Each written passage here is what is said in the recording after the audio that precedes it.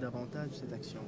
Oui, c'est plus qu'une action, c'est toute une déclaration d'intention, ça va durer dans le temps. C'est un bouquet d'initiatives qui touche 3 axes. Le sportif, on vient concrètement de signer un accord avec l'Institut Diambar du Sénégal et il y aura peut-être d'autres choses dans le futur. On a aussi l'axe de la marque. Qu'est-ce que ça veut dire? Ça veut dire d'être plus présent et parler de nous. C'est grâce à vous sur les pays africains francophones que nous allons être plus connus. Je crois que les supporters ont besoin d'informations. On est maintenant dans une époque où on a envie de savoir des choses sur les joueurs 24 heures sur 24, 7 jours sur 7. Et puis, c'est un certain nombre d'initiatives aussi au niveau du business. On a des partenaires en France, on a des partenaires en Europe. Et ben, pourquoi pas avoir des partenaires en Afrique? Il y a des sociétés en Tunisie, en Algérie, au Maroc, au Sénégal qui commencent à accroître, qui ont des activités internationales. Donc pourquoi pas avoir des collaborations? Sans oublier le côté social. On a une fondation très active sur Marseille qui aide des gamins en difficulté. Et ben, les difficultés, il y en a aussi dans nos pays africains et on a envie d'aider les fédérations, les pouvoirs publics, les pouvoirs privés, de donner de l'espoir puisque une des grosses demandes des enfants africains, c'est grâce au football, s'en sortir grâce au football, avoir un avenir. Donc c'est tout un ensemble de choses qui va créer un écosystème, en fait une inertie, un élan et qui petit à petit va croître. Et notre but c'est d'être dans la modestie d'abord, parce qu'on n'est pas venu pour donner des leçons, et puis ensuite c'est d'être dans la durée pour que petit à petit on soit beaucoup plus proche de nos amis africains francophones parce qu'ils nous ont pas beaucoup vus les dernières années. On a eu aujourd'hui l'entraîneur champion d'Afrique. On a eu l'entraîneur champion d'Afrique en la personne de Jamel Belmadi qui était marseillais aussi, il a joué à Marseille.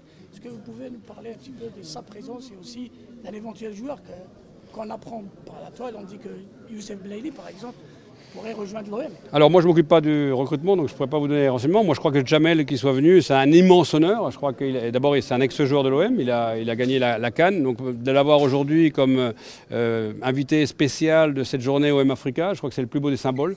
D'ailleurs spontanément, puisque le club n'avait pas grand chose à voir, nos fans avaient fait une banderole, un tifo en faveur de l'Algérie au début de la saison pour honorer la victoire de l'Algérie en Coupe d'Afrique. Donc il y a un vrai lien. Il y a 300 000 Algériens à Marseille et dans ses alentours.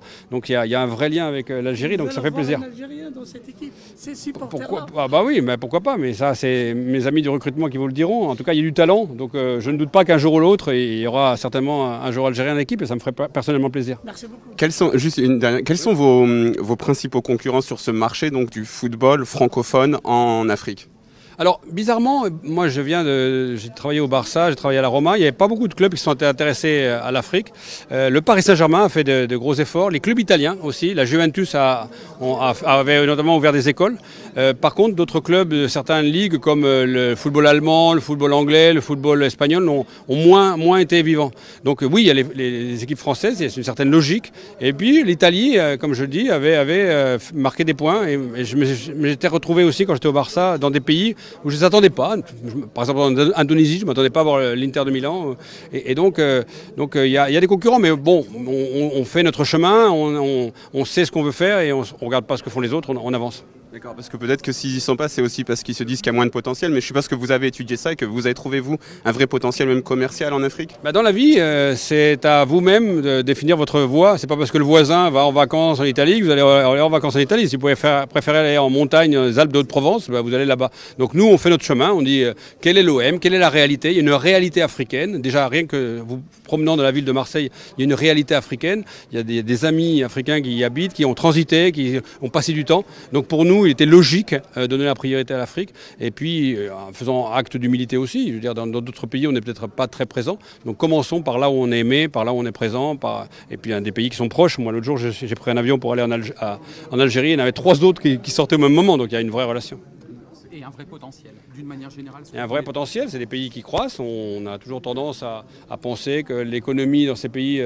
Non, il y a des grosses industries qui progressent. C'est des pays dans le tourisme qui avancent, dans l'électronique. Je parle du groupe Condor, par exemple, en Algérie, qui est un gros groupe. Donc il y a du vrai potentiel, et puis il y a du potentiel sportif. Les meilleurs scouts de la planète ont toujours mentionné le Maghreb, l'Afrique subsaharienne française française, qui parlent française, j'aime pas dire ça, francophone, pardon, je m'excuse, francophone, comme une grosse réserve de talent. C'est là où il y a les talents les plus purs. C'est comme partout, il y a des endroits qui sont plus propices. Je sais pas, les montagnards, on en trouve peut-être plus au Népal qu'au Danemark.